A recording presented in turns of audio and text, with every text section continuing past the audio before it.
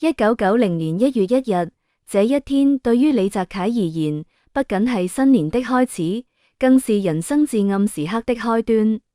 僅僅在前一天，即1989年12月31日的夜晚，母親莊月明還容光煥發，陪同父親李嘉誠出席了君悅酒店舉辦的跨年晚會。在那場衣香鬢影的晚會上，莊月明作為李嘉誠的夫人，舉止優雅，談笑風生，看不出絲毫異樣。然而，短短幾個小時後，也就是1990年1月1日的清晨，莊月明在家中突然離世，終年僅58歲。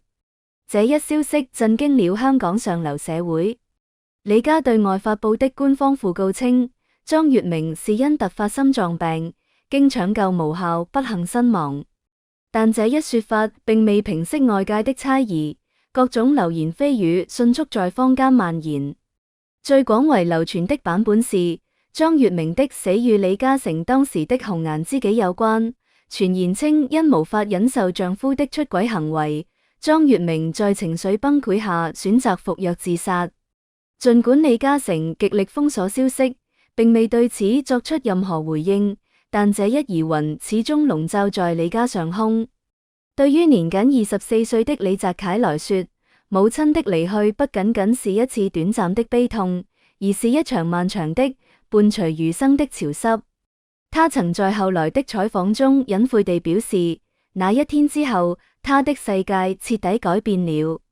莊月明離世後，本就性格叛逆、不願受束縛的李澤楷，與父親李嘉誠的關係降至冰點。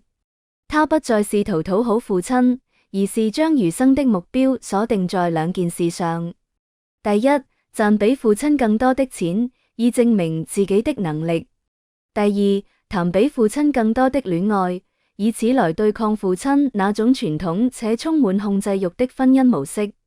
李嘉誠曾多次在公開場合強調，我事業的開端沒有一絲運氣，100%都是憑借努力。在他構建的商業神話中，他是白手起家的典範。對於妻子莊月明在其創業初期的傾囊相助，他鮮少提及，甚至在某種程度上選擇了漠視。然而，歷史的真相無法被完全掩蓋。莊月明不僅係李嘉誠生命中最重要的女人，更是他商業帝國的奠基人之一。對於小兒子李澤楷，莊月明的影響更是貫穿了他的一生。李嘉誠出生於1928年，因家道中落，12歲那年便跟隨父親李雲京前往香港投奔舅舅莊靜庵。莊靜庵是香港第一代鐘錶商，家境殷實。他對獨生女莊月明極盡寵愛，不僅提供最好的生活條件，更在教育上重金投入。莊月明先後在香港大學深造，後又遠赴日本明治大學學習，精通英語和日語，是當時名副其實的名媛貴女。相比之下，初到香港的李嘉誠只是個衣着寒酸、兩手空空的窮小子。更不幸的是，李嘉誠到港後的第3年，父親李雲京因感染肺病無錢醫治而去世。年僅15歲的李嘉誠被迫輟學，進入舅舅莊靜庵的中南鐘錶行當學徒。在鐘錶行期間，李嘉誠利用業餘時間跟隨表妹莊月明學習英語，兩人在長期的相處中互生情愫。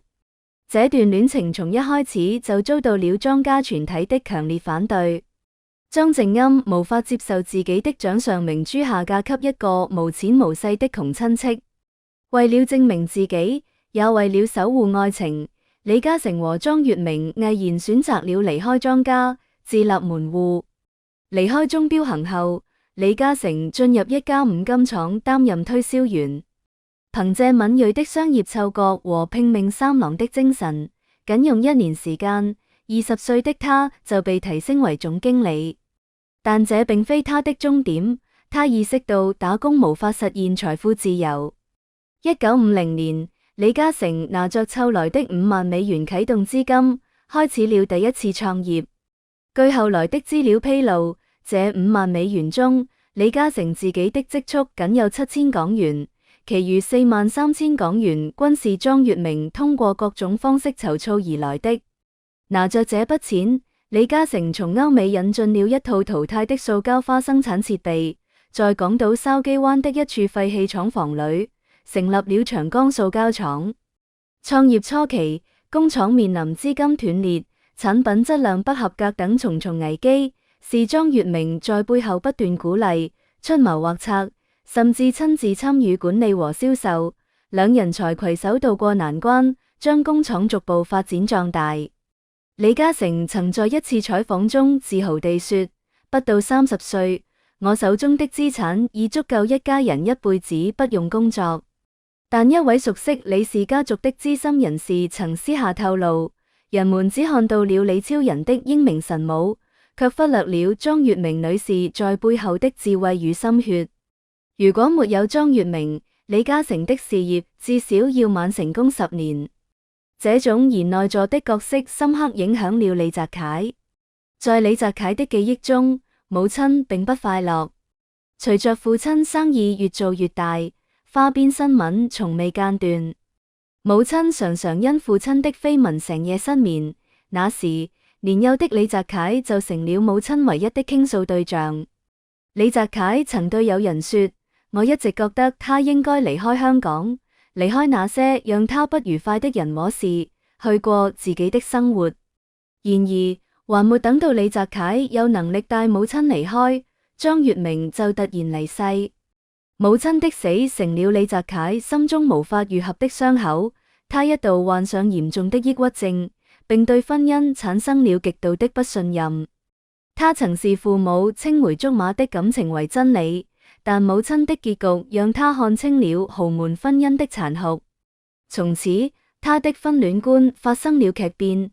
無論遇見多麼驚艷的女子，他的宗旨只有一個：只戀愛，不結婚。李嘉誠對兩個兒子的態度截然不同，這種偏愛顯而易見。他曾公開評價大兒子李澤鉅：我給他打90分，如果他不是我兒子，我會直接打100分。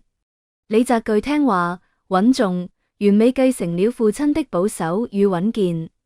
而對於小兒子李澤楷，李嘉誠則是一臉無奈。他曾感慨道：他7歲時，我就管不了他了。但這並不代表李澤楷無能。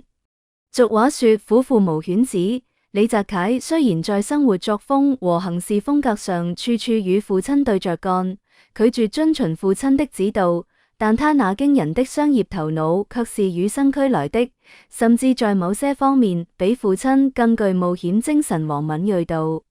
1991年，香港政府首次發放衛星電視牌照，李澤楷憑借敏銳的商業嗅覺，立刻意識到這是一個改變傳媒格局的巨大商機。他沒有猶豫，直接向父親李嘉誠借了5億港元。對於剛起步的李澤楷來說，這是一筆巨款。李嘉誠或許是為了考驗兒子，或許是出於對新行業的不看好，只答應借錢，並未給予過多資源支持。拿着這5億港元，李澤楷一手創辦了香港星空衛視 Star TV。他展現出了與父親截然不同的打法，快、準、狠。僅用了2年時間，星空衛視的信號就覆蓋了亞洲、歐洲等50多個國家，用戶數量呈幾何級增長。就在星空衛視如日中天，成為亞洲傳媒新貴之時，李澤楷做出了一個讓所有人震驚的決定，將其出售。他找到了傳媒大亨麥多克，經過一系列精密的談判，最終以9.5億美元（約合74億港元）的天價將星空衛視賣給了新聞集團。這筆交易讓他在短短2年內淨賺數億美元，完成了驚人的資本原始積累。有了人生第一桶金，李澤楷做的第一件事就是搬出李家大宅。1994年，他拒絕了父親讓他回長江實業幫忙的安排，搬出了李嘉誠的別墅，住進了自己斥資1.2億港元建造的石澳木屋。這棟木屋背山面海，設計獨特，象徵着他徹底擺脫父親的控制，開啟了隨性自由的人生。也就是在這個時期，他遇到了大學時期的女神 Margaret Cho。彼時的 Margaret Cho 已是新加坡著名的華人律師，不僅外貌出眾，家庭背景也算優渥。兩人一個是新銳富豪，一個是律政佳人，很快便墜入愛河。但這段戀情僅維持了不到1年，便無疾而終。對李澤楷而言，戀愛似乎只是一種蓄能方式。分手後，他立刻將全部精力投入到下一場商業戰役中。1994年5月，李澤楷為了讓旗下公司上市，展開了一系列令人眼花繚亂的資本運作。他先將公司更名為盈科拓展，隨後斥資5億多港元，果斷收購了海譽亞洲這家上市公司。通過複雜的換股和資產重組，他實現了這項上市的目的，讓盈科拓展在新加坡成功掛牌。這一系列操作行雲流水，展現了他高超的才技。就在事業蒸蒸日上之時，李澤楷的感情生活也沒有空窗期。這一次，他搭上了日本廣播公司 NHK 的金牌主持人真正加流內。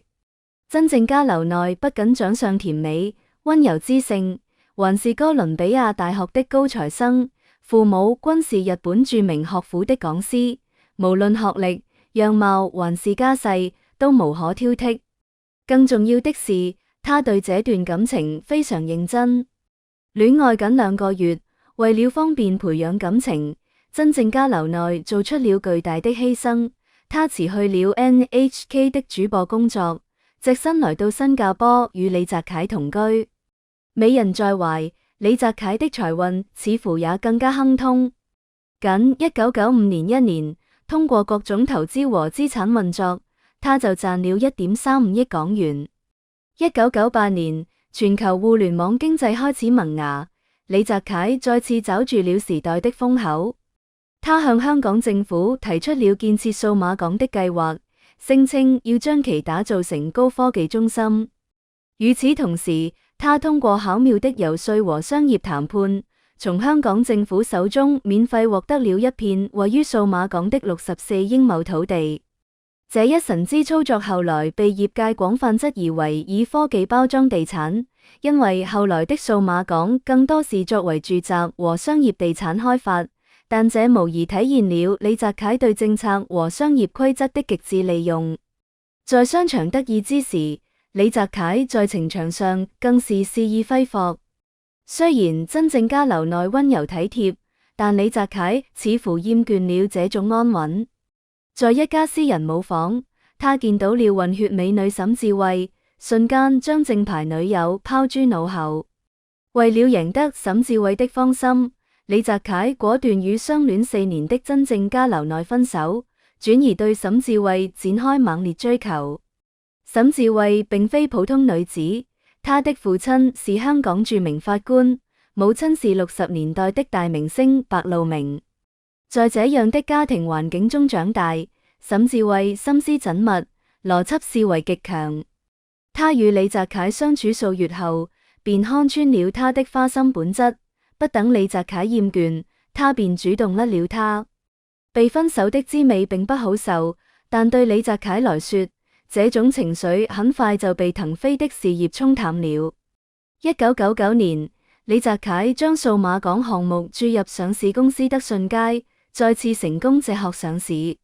上市後，受互聯網泡沫和李澤楷個人光環的影響，股價在短短7個月內，從3億港元飆升至2200多億港元。李澤楷身價暴漲，被稱為小超人。隨着身價倍增，他的時間變得更加寶貴，身邊的女伴也換得更加頻繁。他先是與身邊的美女同事林慧儀展開了一段辦公室戀情。林慧儀出身普通，但在李澤楷身邊工作多年，兩人日久生情。這段感情曾被李家人看好，認為李澤楷可能會收心。然而，僅僅維持了1年，這段感情就畫上了句號。有記者拍到林慧儀深夜獨自哭泣的照片，不久後，他便主動辭職，遠赴英國留學。林慧儀離開的第二年，李澤楷又被捕與葡萄牙法官李素蘭一同度假，緋聞傳得沸沸揚揚。隨後，他又分別與合作夥伴 Emily 及同一棟大樓辦公的羅愛欣傳出戀情，其中與羅愛欣的感情最為穩定。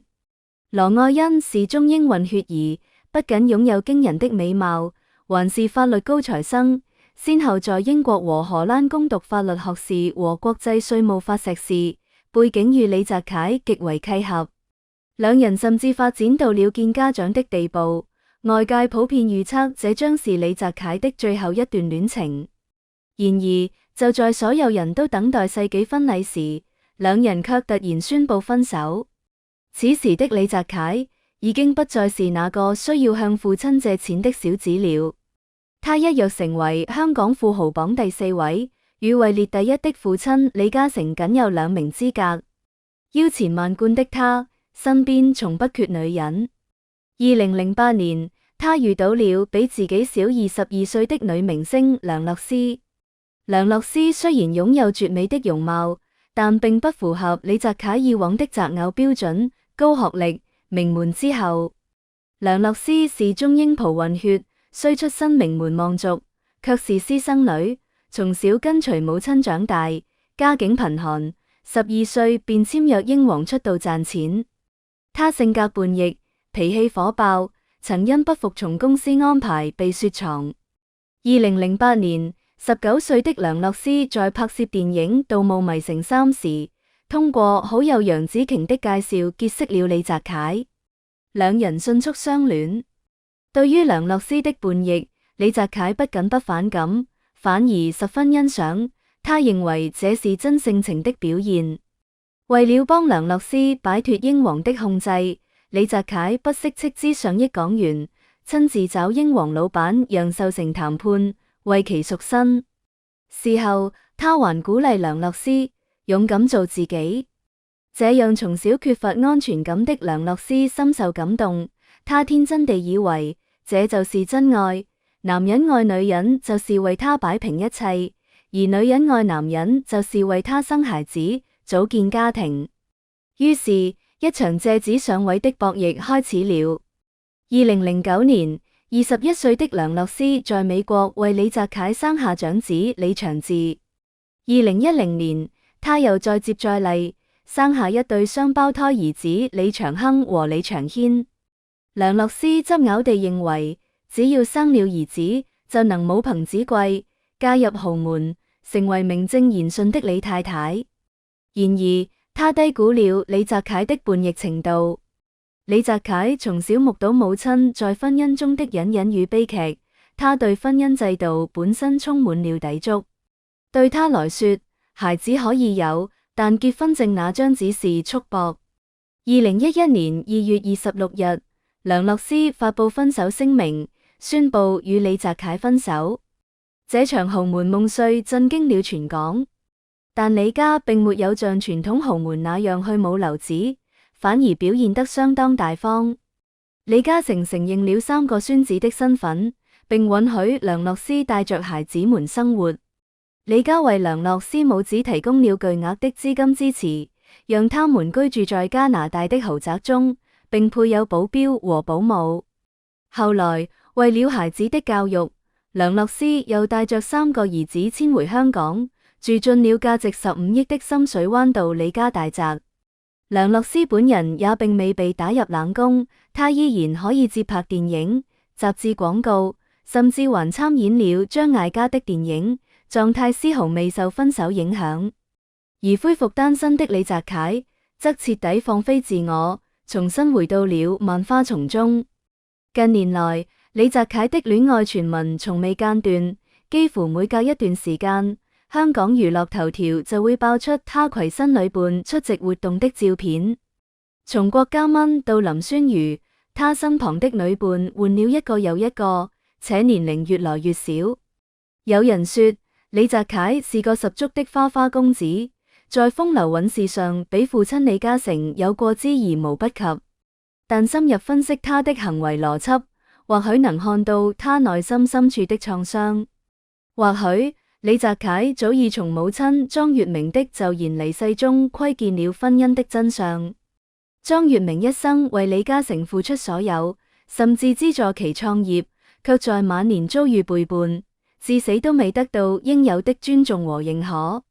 李嘉誠雖在靈前立下終生不娶的誓言，但轉身便與紅顏知己關係密切。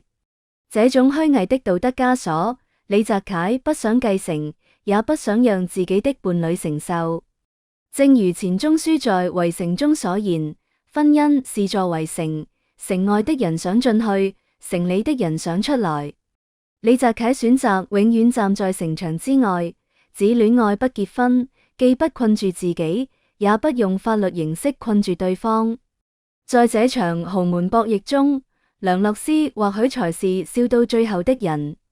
雖然沒有名分，但他擁有了李家的3個孫子，這是他地位的最大保障。早在2023年就有媒體曝出，李嘉誠有意將長孫女李思德培養成接班人，這引發了外界對李家第3代權力分配的關注。與此同時，又有小道消息稱，李澤楷疑似與分手12年的梁洛施復合，兩人被拍到一同出遊。李澤楷甚至開始安排梁洛施參與家族事務，似乎有意培養自己的兒子作為接班人。在巨大的金錢和權力面前，愛不愛的似乎已沒那麼重要，重要的是血緣和利益的紐帶。李澤楷用一生在反抗父親，卻最終活成了另一個版本的李嘉誠，精明、冷酷，且擁有無數紅顏。但他內心深處，或許依然是那個在1990年1月1日失去母親，在這個冷漠世界裏尋找溫暖卻又不敢靠岸的孤獨少年。他賺到了比父親更多的現金流，談了無數場戀愛，但他始終沒有找到母親曾經渴望的那種純粹的愛與安寧。這或許就是李家2代最深刻的悲劇宿命。